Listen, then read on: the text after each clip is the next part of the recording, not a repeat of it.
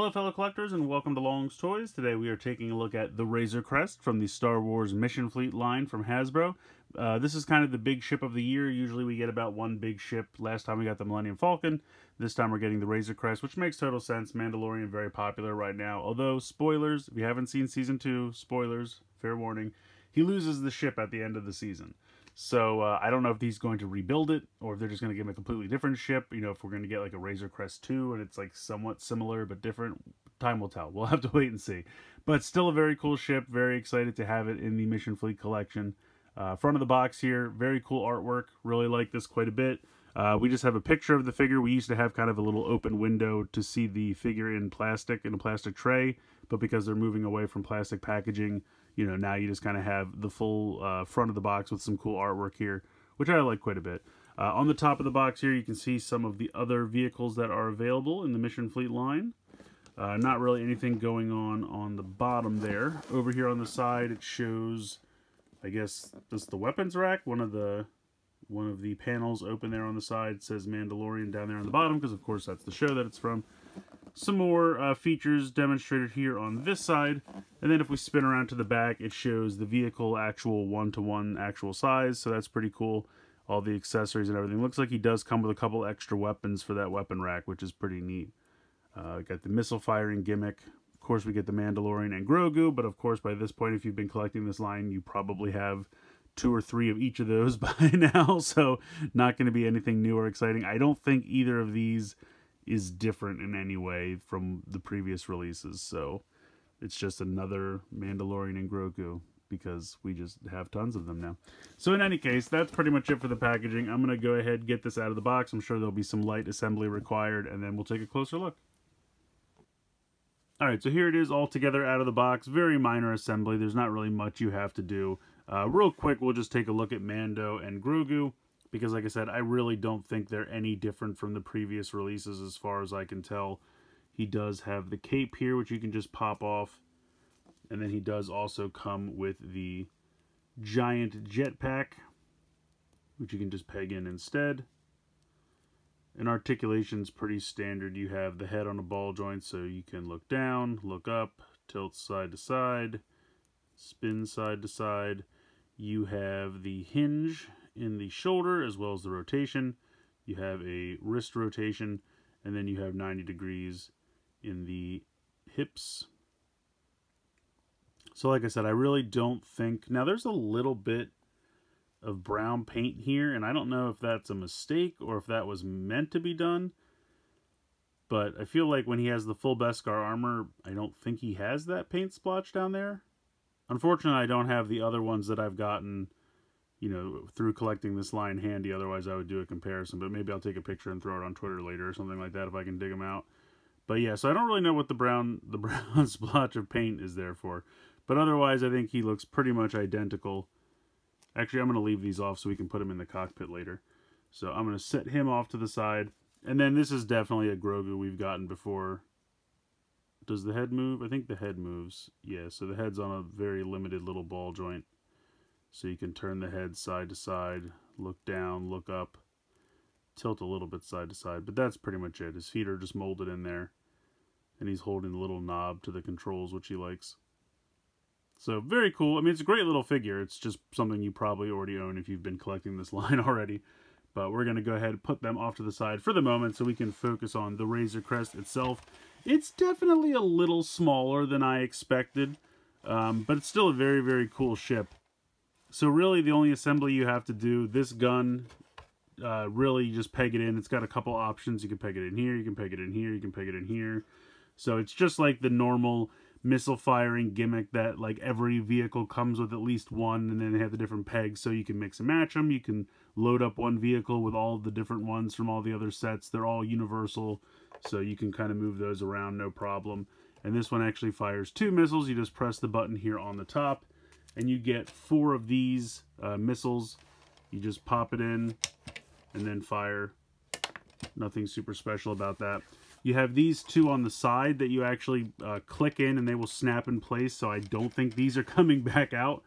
So there's one for each side. You line it up, you push it in, you'll hear it click, and then it's in there pretty tight. And then again, just load it up, hit the button, and that's gone. Now I have no idea where that went. But anyway, you do get 4 of these, so you can load up 1, 2, 3, 4 all at once, and that way you can have it all decked out, ready to fire missiles.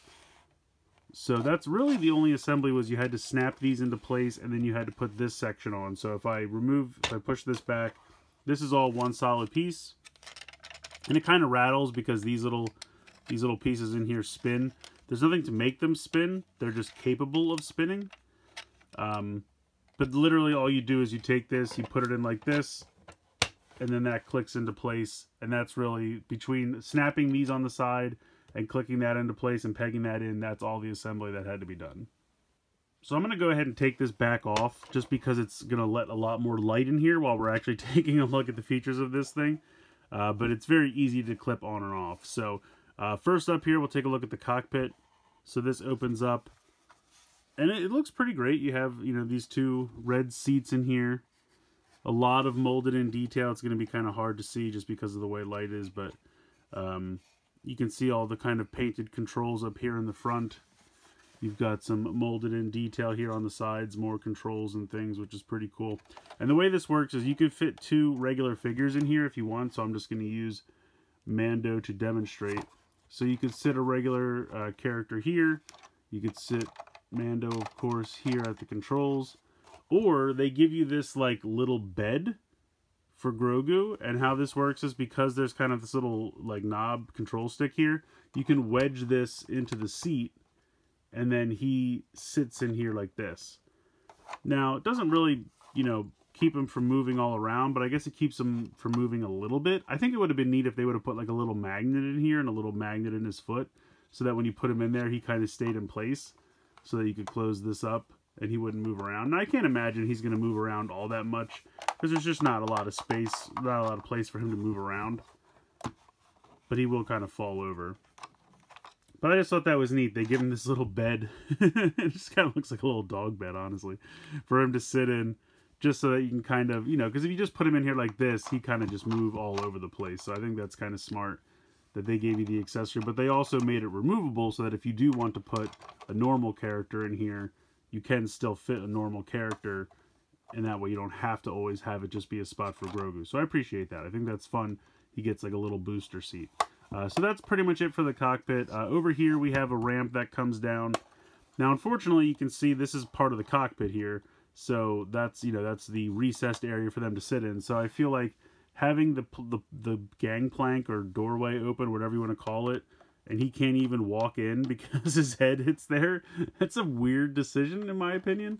I mean, he can stand in the doorway and look very imposing, which is kind of cool, but he can't really enter. He'd have to like kind of stoop down and come in this way. So that's just kind of a weird ramp placement because of the way they did the cockpit. Now, if they had made it tall enough that he could clear with that thing being in there, but they decided not to. So we'll go ahead and open this panel.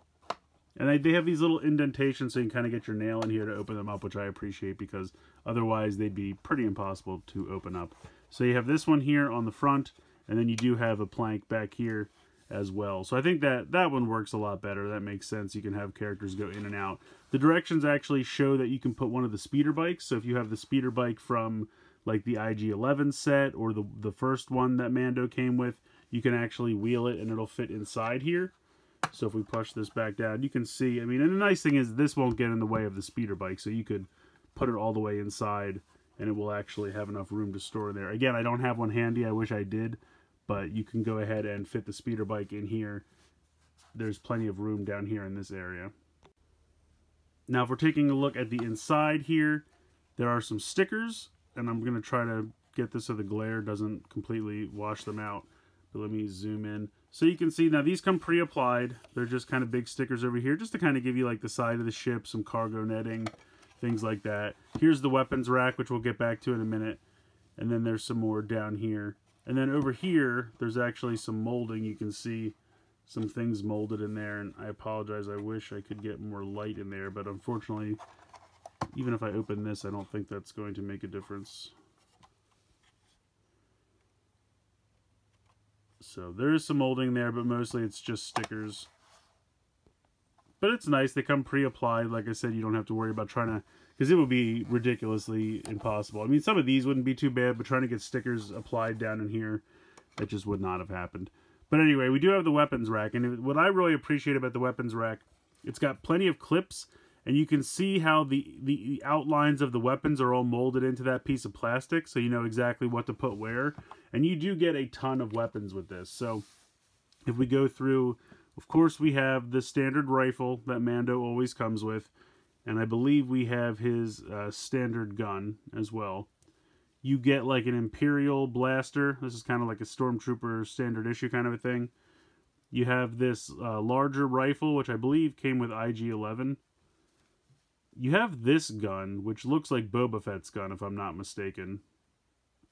And then you have this kind of tiny, generic little blaster. But I think it's neat. I think they gave us a ton of accessories, and you can just kind of go in and figure out where they clip in and find the outline. And then you just go ahead and... It's a little difficult to do at times, just because like these bars and things kind of get in the way. Let me see if I can... I'm going to close this up. But anyway, I'll do an easier one. I'll do the Imperial blaster. And the nice thing is, because of the way they want it to click, the magazine piece here sticks out on the side, and they actually have a little hole so that, you know, in between the clips, so that won't be a problem. So you can clip this in, and that magazine just goes into that recessed hole in there.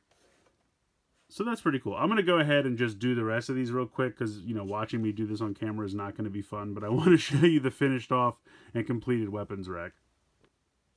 Alright, so here is the finished and fully stocked weapons rack. It works really well, and none of those, they're not going anywhere. They're not going to fall out anytime soon. They're all clipped in very well. So I think they did such a great job with that. I love the fact that the little outlines are molded into the plastic so you know exactly what goes where. That's very, very helpful. So that's really cool. I think that's a fun feature, and definitely get a bunch of accessories, more than you usually get with Mando, so that's pretty cool. But yeah, that's kind of it as far as features go. Close all these back up, and we will put the roof back on. Just pop that in, and then that clicks into place. So it's a cool ship. Like I said, I kind of wish it was a little bigger, but other than that, it's a great design. You have some fun paint applications here on the side to kind of give it that, you know, worn and weathered look, which I appreciate. A lot of nice molded in detail. You have the landing gear here on the bottom. It's not retractable or anything like that. It's molded in, but not a big deal. I like the cockpit. I think it works well. I like the ability to fit two figures, but also they give you the little bed for Grogu, so he kind of fits in there a little better, like a little booster seat. I think that's really well done. You have some nice translucent plastic for the canopy itself. The only thing I really have to complain about, like I said, other than the fact that I just wish it was a little bigger in general, this opening up to, like, this just kind of, like, hitting your head on that, I think that's kind of a weird choice. I don't really know how they would have combated it other than just making this taller so that he could fit, or maybe moving it down farther or something like that, but I don't know. Just having that open up to, like, a giant, you know, block right where your head would go seems like an odd choice, but if you're just kind of like looking at this or having him stand in the doorway or something, I think it's kind of cool. I appreciate all the little indentations so you can get your finger in to open up these panels. I appreciate that, you know, the side and the back opens up. You can even take the roof off to make sure you have plenty of room to get in there, plenty of light in there if you want to take pictures or something like that. And I think the weapons rack looks great. So all in all, I think it's a really fun vehicle. I really do like it. I like the fact that you can fit a speeder bike in there. I think that's really fun. You got plenty of missile firing gimmicks and plenty of ports to connect everything. So I really like it. I'm trying to think of, like they said, there's not really too much negative to say. I kind of wish we got maybe a new version of Grogu and Mando just because we have so many of them already. It makes total sense why those would be the two characters to come with this set. I mean, I can't really complain about that. That makes total sense. But maybe if there was some kind of new, different version or new exclusive version to this just to kind of, you know, give you a little bit more incentive to want to pick this up if you've already picked up all the others. But other than that, it's a fun vehicle. I think it looks really cool. Very happy to have it in the collection. The missile firing gimmicks, you know, all work great. Yeah, not really too much to complain about. I mean, really just the fact that, well, I've gone over it. At this point, I feel like I'm just kind of rehashing the same things. I think it's fun. I think it's a pretty great set. I recommend checking it out. Like I said, I found it on Amazon. I believe it's also up on Target, so you could probably find it on Target.com as well. But yeah, it's a fun set. Definitely recommend checking it out. So let me know what you guys think in the comments below. Please like, share, and subscribe. Hope you guys enjoyed the video. And as always, thanks so much for watching.